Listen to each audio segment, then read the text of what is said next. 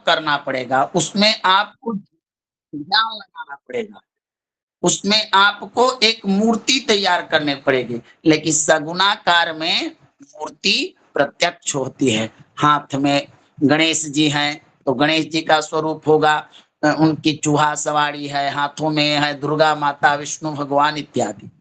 तो जो हमारा सगुणात्मक काल का रूप है उसे हम गणना करते हैं, घंटा, मिनट, सेकेंड, घटी, पल इत्यादि में।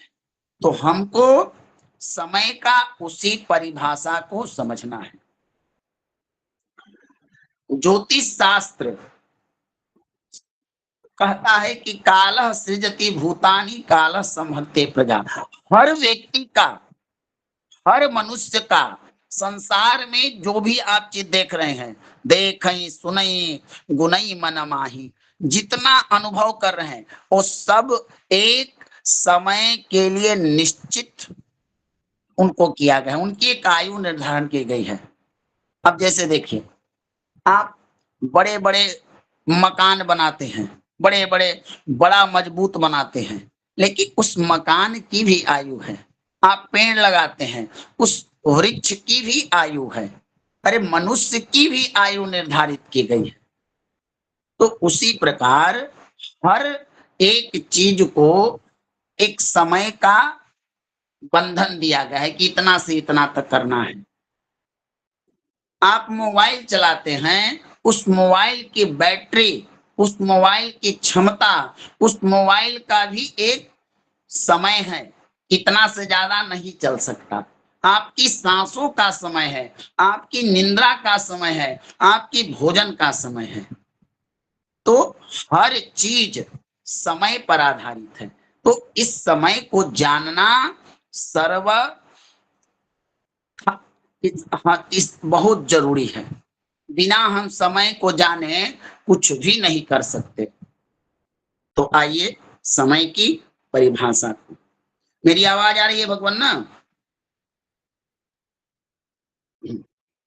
मेरी आवाज आ रही है भगवान?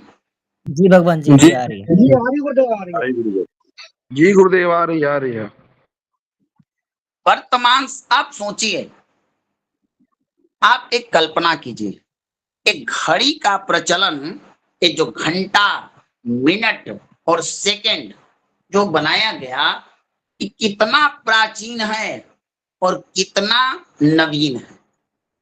हमारे यहाँ प्राचीन काल में सतयुग, त्रेता, द्वापर, किसी ने कल्पना किया है? उस समय भी एक घड़ियां होती थी, अंग्रेजी टाइम को हम मानते थे, अंग्रेजी टाइम को मानते थे। नहीं गुरुदेव।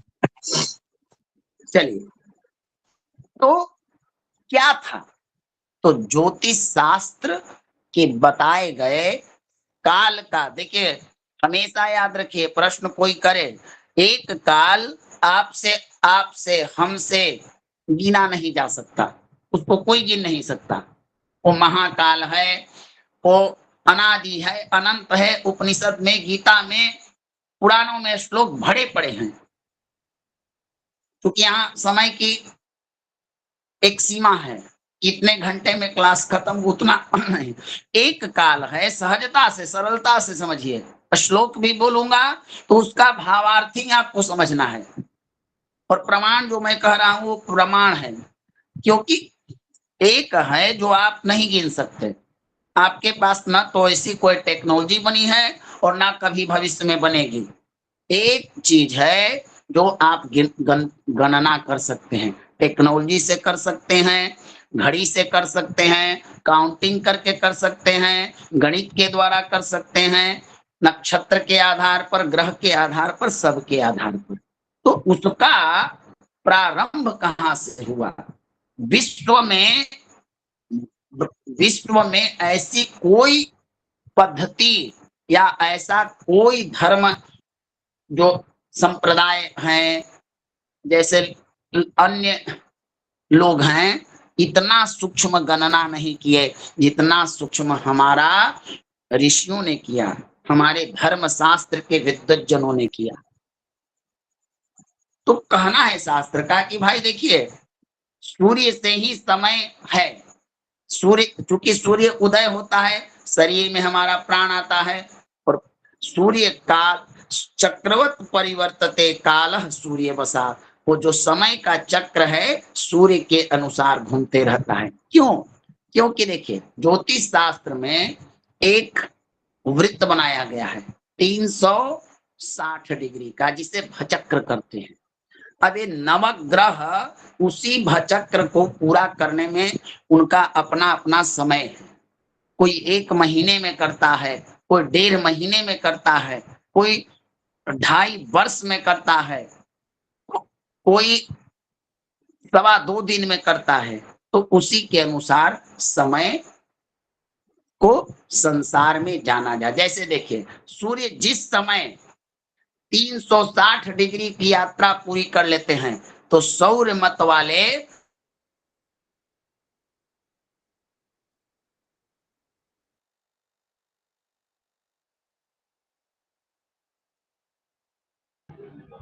आवाज नहीं आ रही गुरुजी।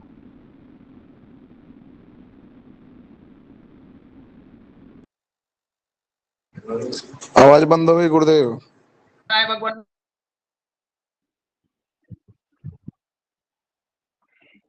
चलिए लिख रहा है स्क्रीन भगवान कृष्णा जी। जी भगवान जी जी। देखिए भगवान, मैं समझाता चलता हूँ। जी नहीं आ रही है। हमारी जो गणना पद्धति थी अत्यंत सूक्ष्म, आवाज नहीं आ रही भगवान, बताइए भगवान। जी आ रही है भगवान। जी जी जी दिख रही। गणना गणना पद्धति थी वो अत्यंत सूक्ष्म पद्धति है भगवान, अत्यंत सूक्ष्म, इतना सूक्ष्म है कि कहना नहीं। अब देखिए मनुष्य का आंखों से एक पलक झपकने का ऋषियों ने नापा किया, उसको गणितीय प्रक्रिया के द्वारा आपका एक पलक गिरता है, वह एक समय का माप हुआ। आप सेकेंड मिनट और घंटा में पढ़े हैं, घटी पल विपल इतना ही तक है। हमारे ऋषि मुनियों ने आपकी आंखों का पलक गिरने का समय नापा है। यहीं से ज्योतिष शास्त्र के गणित का प्रारंभ होता है। देखिए भारतीय मान्यता अनुसार पलक झपकने के समय को हम निमेष कहते हैं। निमेष, निमेष संस्कृत में इसे निमेष कहा गया है। निमेष, 3 निमेष, एक पलक झपका तो निमेष बना, एक निमेष। अब ऐसे 3 निमेष बनाकर एक लव बनता है, लव। अब ना क्षमा कीजिए, 3 निमेष बराबरा एक क्षण बनता है, क्षण। और 5 क्षण की एक काष्ठा बनी। देखिए कितना सूक्ष्म है भगवान। शायद ही कोई विश्व में, चाहे इस ब्रह्मांड में इतना कोई अंदर गया होगा। एक को तो ऋषियों ने मना कर दिया कि उस तरफ ध्यान मत दीजिए, कैलकुलेट नहीं कर सकता। लेकिन हम जहां से समय को ज्ञान ऋषियों रिसर्च करता रहा, हमारे ऋषि इस ब्रह्मांड के ऐसे वैज्ञानिक हैं, ऐसे हैं जिनका रिसर्च कभी न विफल हुआ है न होगा, और जिनके किए गए रिसर्च पर आने वाली दुनिया और कितने लोगों ने रिसर्च करके इस दुनिया को बहुत बड़ी बड़ी चीजों को दिया है। हम सर्वे भवन्तु सुखिनः वाले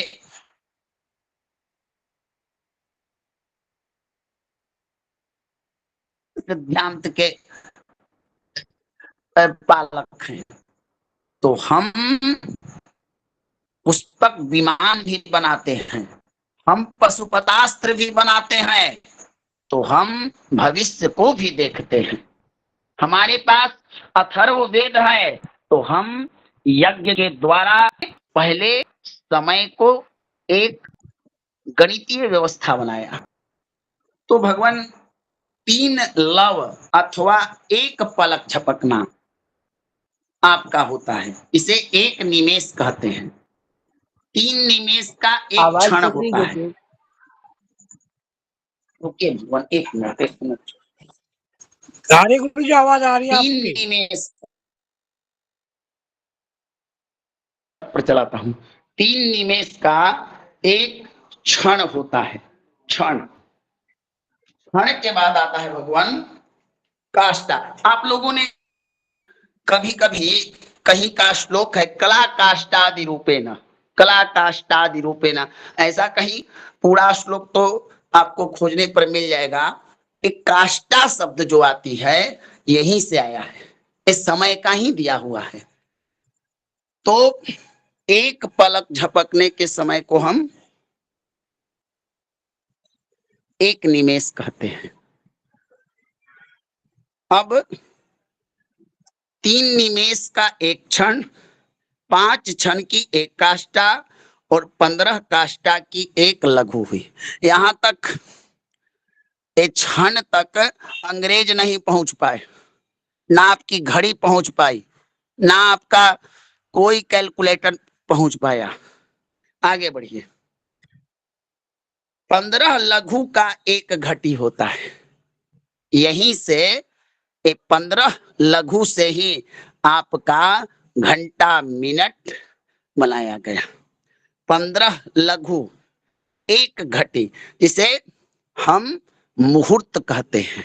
24 मिनट होता है ना हमारे यहाँ। टोटल एक मुहूर्त का मान 24 मिनट होता है। 2.5 घटी का 1 घंटा होता है। अंग्रेजी टाइम में क्या होता है, 60 सेकेंड का 1 घंटा, 60 सेकेंड का 1 मिनट और 60 मिनट का 1 घंटा होता है। सही है ना भगवान? जी भगवान। गुरुदेव। चलिए यहां पर क्या है, अब देखिए 2.5 घटी कहा गया। 2.5 घटी इसको कहा गया। जब घंटा में हमारे यहाँ 2 प्रक्रियाएं होती हैं। अंग्रेजी टाइम को संस्कृत टाइम में कन्वर्ट किया जाता है और संस्कृत टाइम को अंग्रेजी टाइम में कन्वर्ट किया जाता है, बदला जाता है टाइमिंग को। तो 2.5 घटी बराबर 1 घंटा और 60 घटी का होता है आपका 24 घंटा, जिसे संस्कृत में अहोरात्र कहा जाता है। 60 घटी का 2.5 घटी 1 घंटा और 60 घटी आपका हो गया 1 अहोरात्र। अब देखिए 24 को अगर आप 2.5 से भी गुना कीजिएगा तो 60 आएगा, और 60 का मतलब भी हुआ अहोरात्र। यानी कि अगर आप इसी चीज को संस्कृत में भी कहिए कि अहोरात्र, वो भी ठीक है।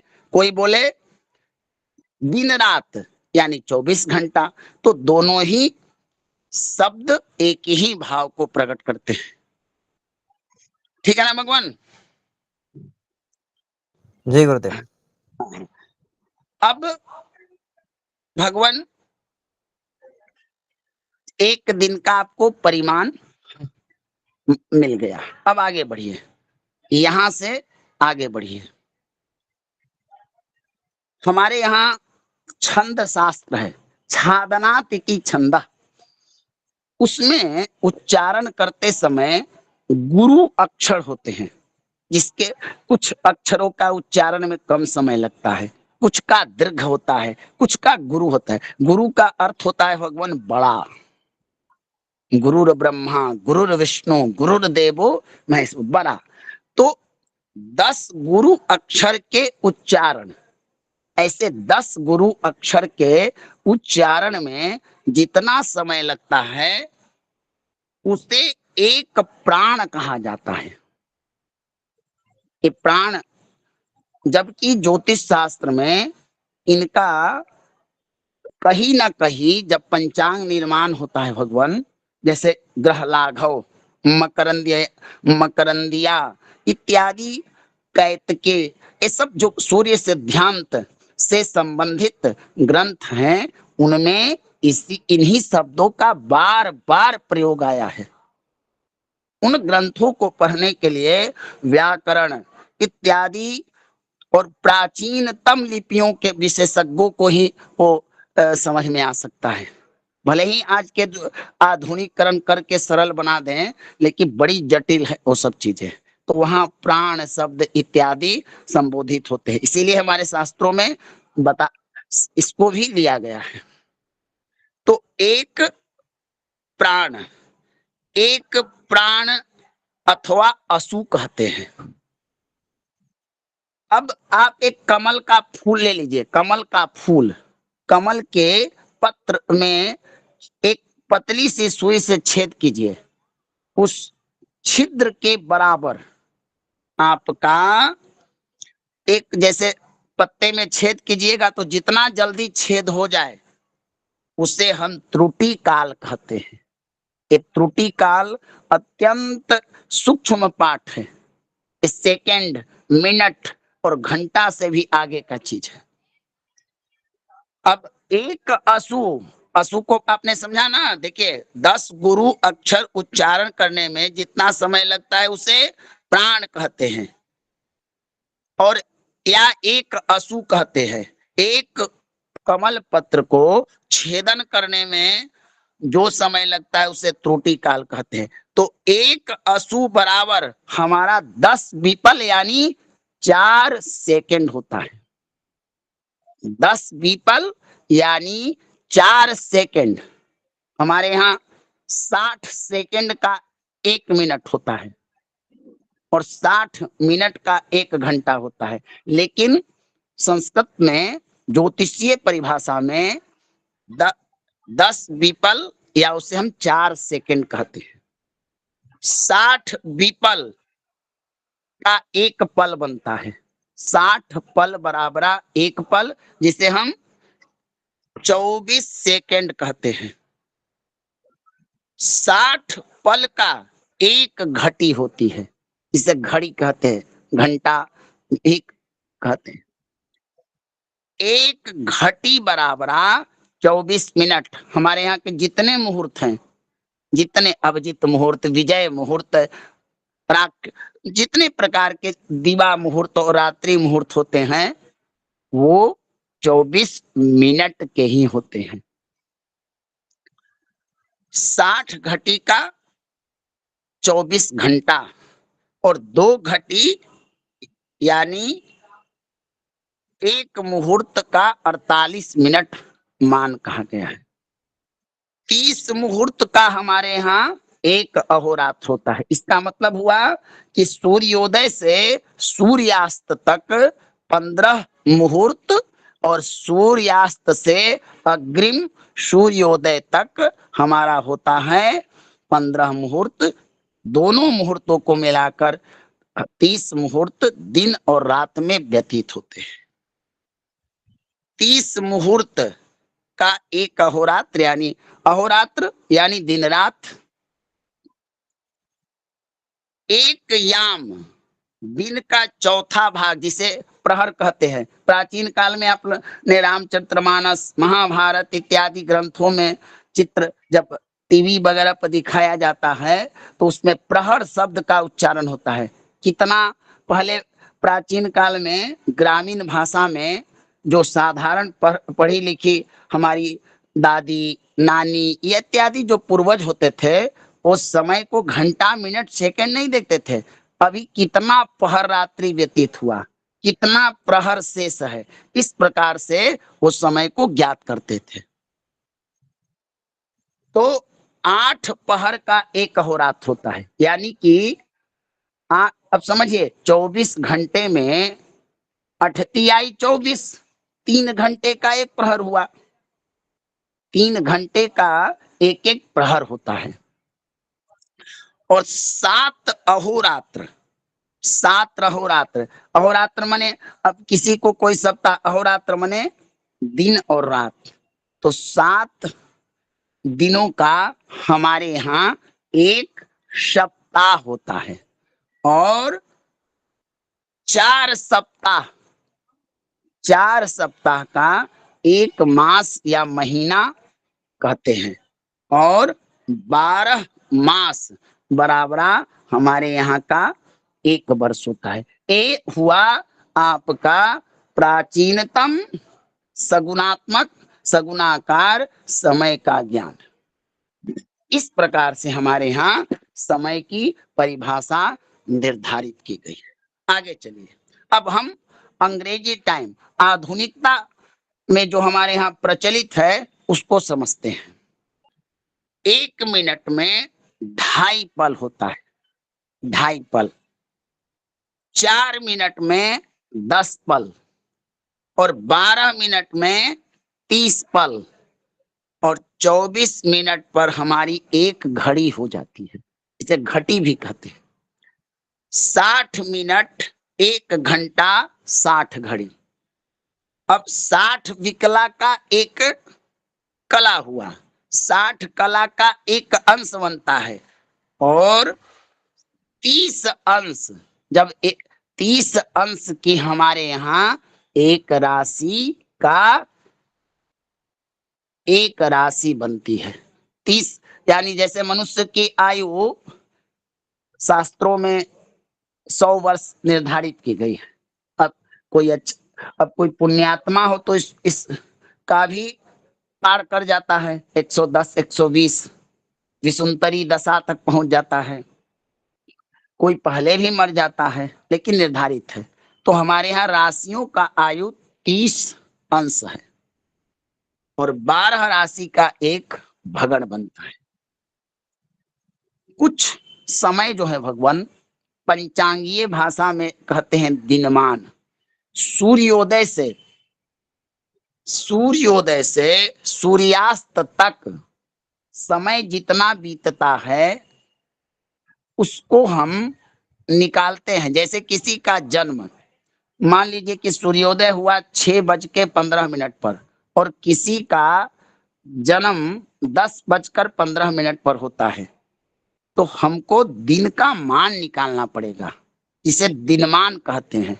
अगर रात्रि में जन्म हो तो सूर्यास्त से जन्म समय तक कितना के बाद उसका जन्म हुआ, कितना समय बीतने के बाद हुआ, रात्रि काल का कितना भाग बीतने पर हुआ, इसको हम रात्रिमान कहते हैं।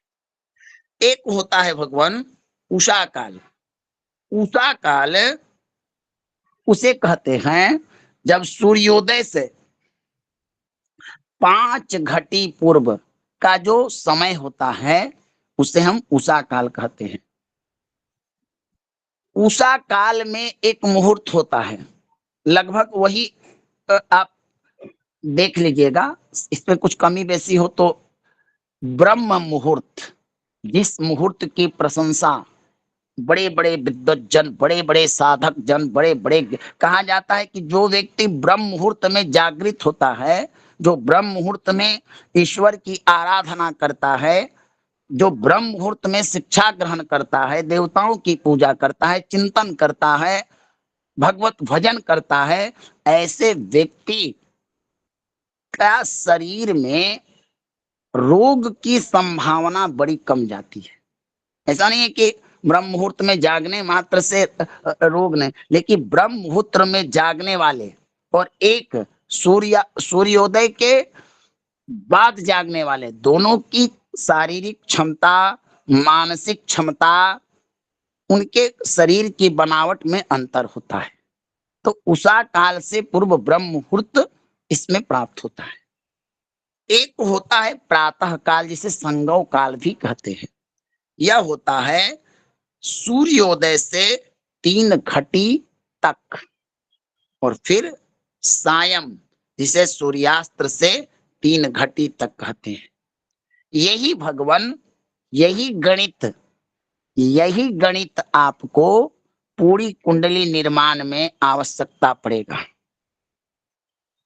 इन्हीं आधार पर आप इष्टकाल, भयात, भभोग, ग्रस्पष्टि, लग्न अस्पष्टि, दशा साधन, अंतर दशा साधन इत्यादि लग्न सूर्यादि ग्रहों की स्पष्टि से लेकर सप्तवर्गीय कुंडली निर्माण की जो भी प्रक्रिया है, जो भी तरीका है, इन्हीं के आधार पर आपको साधन करना पड़ेगा।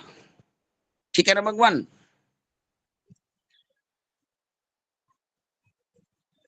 तो इस प्रकार से हमारे यहाँ समय की परिभाषा को निर्धारित किया गया है।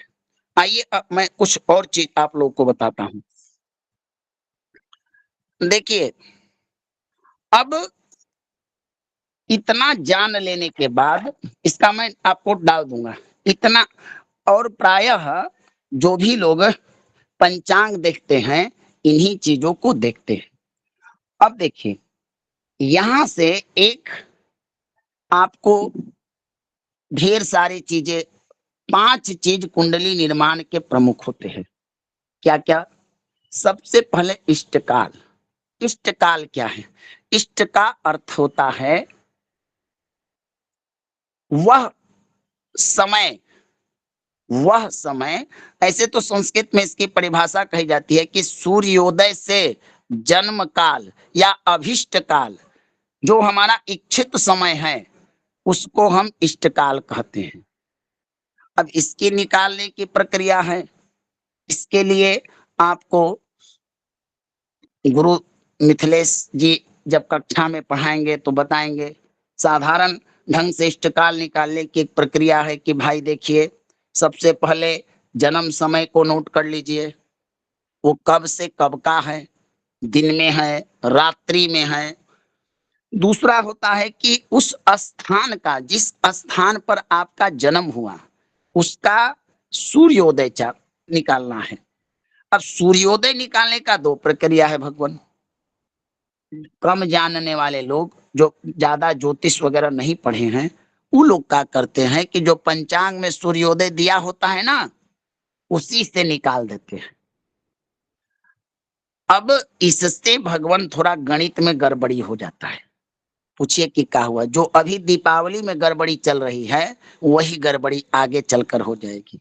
क्योंकि देखिए, हमारे यहाँ एक स्टैंडर्ड टाइम होता है, जो पूरे विश्व का, एक भारत का एक अपना स्टैंडर्ड टाइम है, जो भारत के सभी प्रांत स्टेट में वो एक रेखा, अक्षांश और देशांतर नाम की रेखाएं होती है। तो हर राज्य में वो रेखा गुजरती है, तो उसका एक अंतर होता है। स्टैंडर्ड टाइम फिक्स है, लेकिन जब वो कहीं कहीं का कुछ अंतर होता है, तो पंचांग में जो भी चीज बनाया होता है, वो उस स्थान का होता है जहां से पंचांग निर्मित होता है। काशी में जो पंचांग है, वो काशी के टाइम से बना है, वहां का अक्षांश से, वहां के देशांतर से, वहां के सब स्थानीय लग्नोदय से, स्थानीय नक्षत्रोदय से। अब हम अगर किसी अन्यत्र स्थान का बनाएंगे तो सूर्योदय में हमारा अंतर आता है। अब कहीं पर है कि अरुणाचल प्रदेश सबसे पहले सूर्योदय होता है, तो वहां का जब आप कुंडली निर्माण कीजिएगा तो थोड़ा अंतर आएगा। तो इसका एक संस्कार करना पड़ता है। पहले तो स्थानीय सूर्योदय बनाना होता है, उसके लिए अक्षांश और देशांतर ये गणित करना पड़ता है। रेखांश के द्वारा सब जगह की रेखाएं निर्धारित की है, जो आपके पंचांगों के पिछले पृष्ठ में हर नगर का दिया होता है। उसके बाद सूर्य जन्म, जब एक होता है वेलांतर संस्कार। वेलांतर क्या है? जिस प्रकार आप बिछावन पर सोते समय करवट बदलते हैं, इधर उधर शरीर को करते हैं, तो सूर्य भी एक थोड़ा इधर उधर करवट अपना झुकाव करते हैं।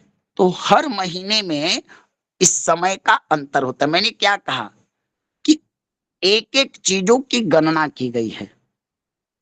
चक्रवत परिवर्तते काल सूर्यवशात। तो उस वेलांतर में अब जनवरी महीने का दूसरा होगा तो फरवरी का दूसरा होगा। तो इन सब चीजों को मिलाकर एक बनता है इष्टकाल। इष्टकाल के बाद दिनमान की प्रक्रिया आती है, फिर रात्रिमान निकाला जाता है, उसके बाद आता है भयात। भयात होता है कि 24 घंटे में आपका जो नक्षत्र है वो कंटिन्यू चल रहा है, लगातार बीत रहा है।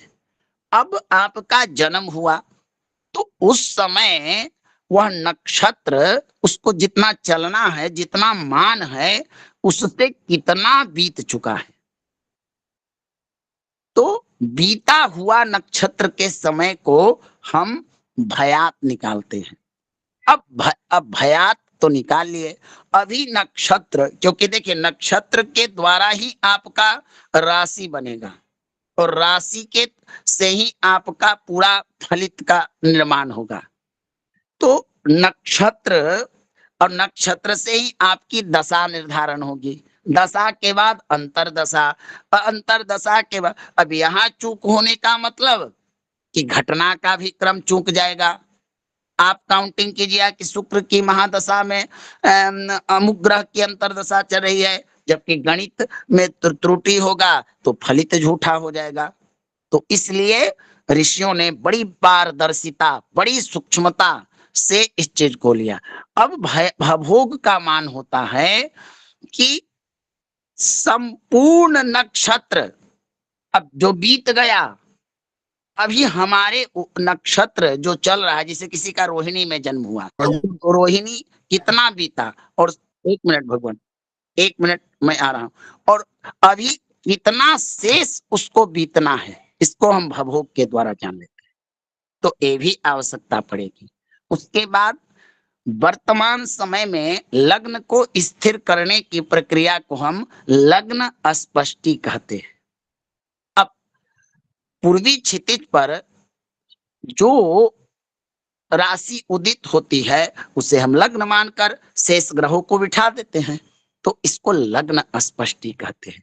फिर आगे चलकर आपको ग्रहों, 9 ग्रहों की स्पष्टि की प्रक्रिया की जाती है। जब लग्न स्पष्ट आप कर लिए और सूर्य स्पष्ट कर लिए, चंद्र स्पष्ट कर लिए, तब यहीं से आपका समझिए कि इंटर तक की पढ़ाई आपकी पूरी हो गई। इष्टकाल से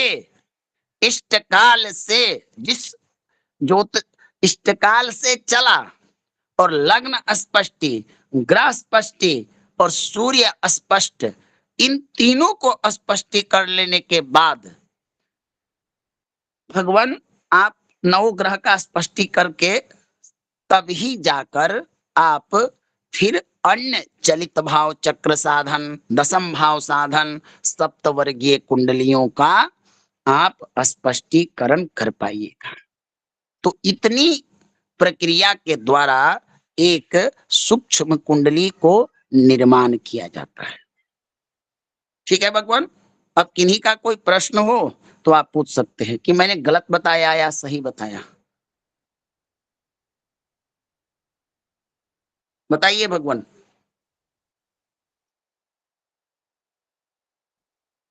किन्हीं का कोई प्रश्न है भगवान? आवाज आ रही है महेश जी? जी आ रही है भगवान, आ रही जी गुरु जी, आ रही है। क्या सज्जन शर्मा जी कुछ फूटा? नहीं गुरुदेव, सब कुछ समझ में आ गया गुरुदेव। हाँ, तो अब भगवान इसमें कल आपको आपके गुरुदेव जी और भी चीज बताएंगे। देखिए मैं उनकी कक्षा प्रभावित न हो इसलिए हम आपको लाए। अब मुहूर्तों के बारे में आप लोग को बता दिया जाएगा। अभी चल रही है कि प्रदोष व्यापन्याम अमावस्याम, इन चीजों को पढ़ना चाहिए। आप भगवान रिकॉर्डिंग को बंद करवा दीजिए। मैं आप लोग को बताना चाहता हूं, देखिए वर्तमान समय में हम सनातन धर्मावलंबियों के साथ एक बहुत बड़ी साजिश चल रही है। साजिश क्या है भगवान? हमें तोड़ने का, हमें भटकाने का, हम लोगों को लज्जित करने का, हम लोगों को नीचा गिराने का। ये कौन साजिश कर रहा है? ये कौन लोग हैं? ये दूसरे लोग नहीं है भगवान, ये वो लोग हैं जो सनातन धर्म शास्त्रों से ज्वलनशीलता करते हैं, जो नहीं चाहते हैं कि हम विश्व पर अपने वैदिक परंपरा, वैदिक रीति रिवाज, सनातनी ज्ञान के आधार पर, सनातन शास्त्र के आधार पर, सनातन यज्ञ के आधार पर भारत का मान सम्मान बढ़े। तो किसी देश को नष्ट करना है तो सबसे पहला होता है सभ्यता, संस्कृति और धर्म का ही तोड़ना चाहिए। तो वर्तमान समय में यही चल रहा है और इसके कारण हम हैं। नहीं तो सम गच्छध्वम, सम वदध्वम, हम बस